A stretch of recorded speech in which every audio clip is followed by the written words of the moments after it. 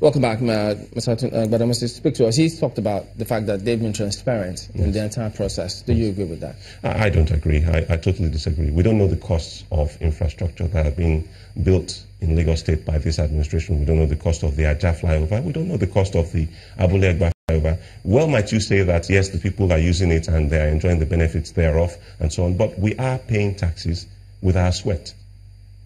And we need to know if we're getting value for money. So it's really essential that the costs of all infrastructure are made known to us so that we can get that satisfaction, that at least we know what our money is doing and what it's worth. That aside. Now, the issue of land use charge and the local government, I'm going to stay with my argument that local governments need to be allowed to flourish.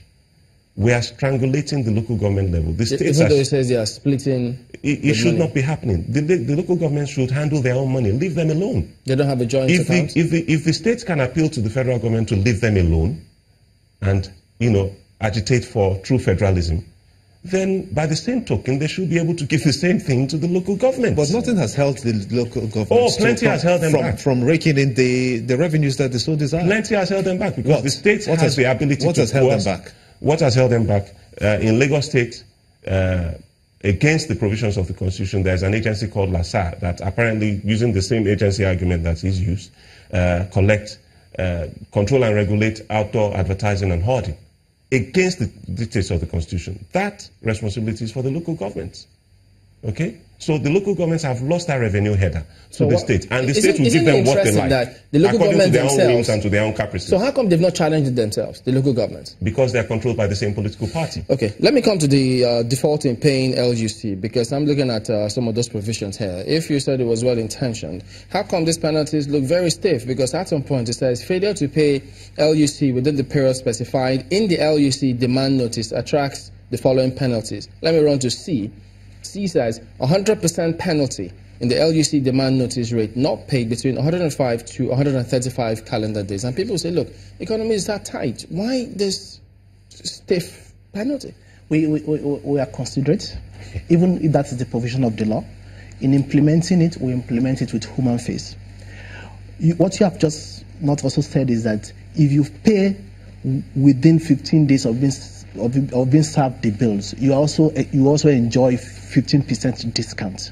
So if you look at it, it's win-win. However, if you have penalty because you haven't paid over a time, it's something that we can dialogue about and negotiate. We don't want to make life difficult for our citizens. Okay, because that analogy you gave, those who are wondering, because the impression people have out there is, look, all of this, even though you say it's not high, 0.0 something percent, they say the fear down is the landlords will transfer those costs, rightly or wrongly, to the tenants. You heard about that? No, that argument have been there. I think the way I would look at it is that rents have been increasing since 16 years ago and up till now, even before this latest review. So it's something that has been here with us. And what Lagos has done is to come up with a tenancy law. And under this regime, we are really very big on enforcement of that law.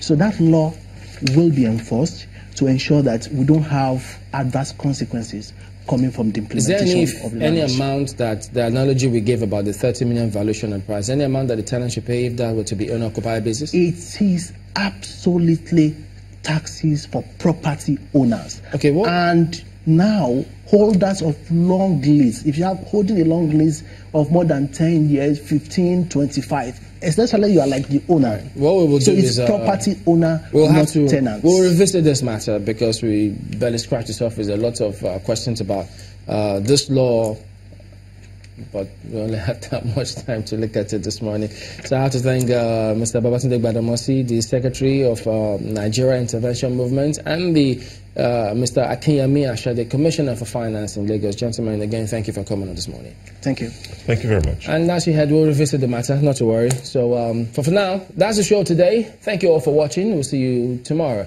I'm Chamberlain Uso. And I'm Gemba Omar. I'm Neota Ibe.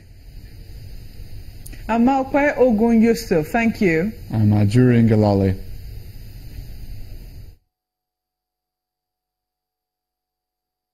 The views and opinions expressed by guests on this program are those of the maker and do not necessarily reflect the views, opinions, and endorsement of Channels Television.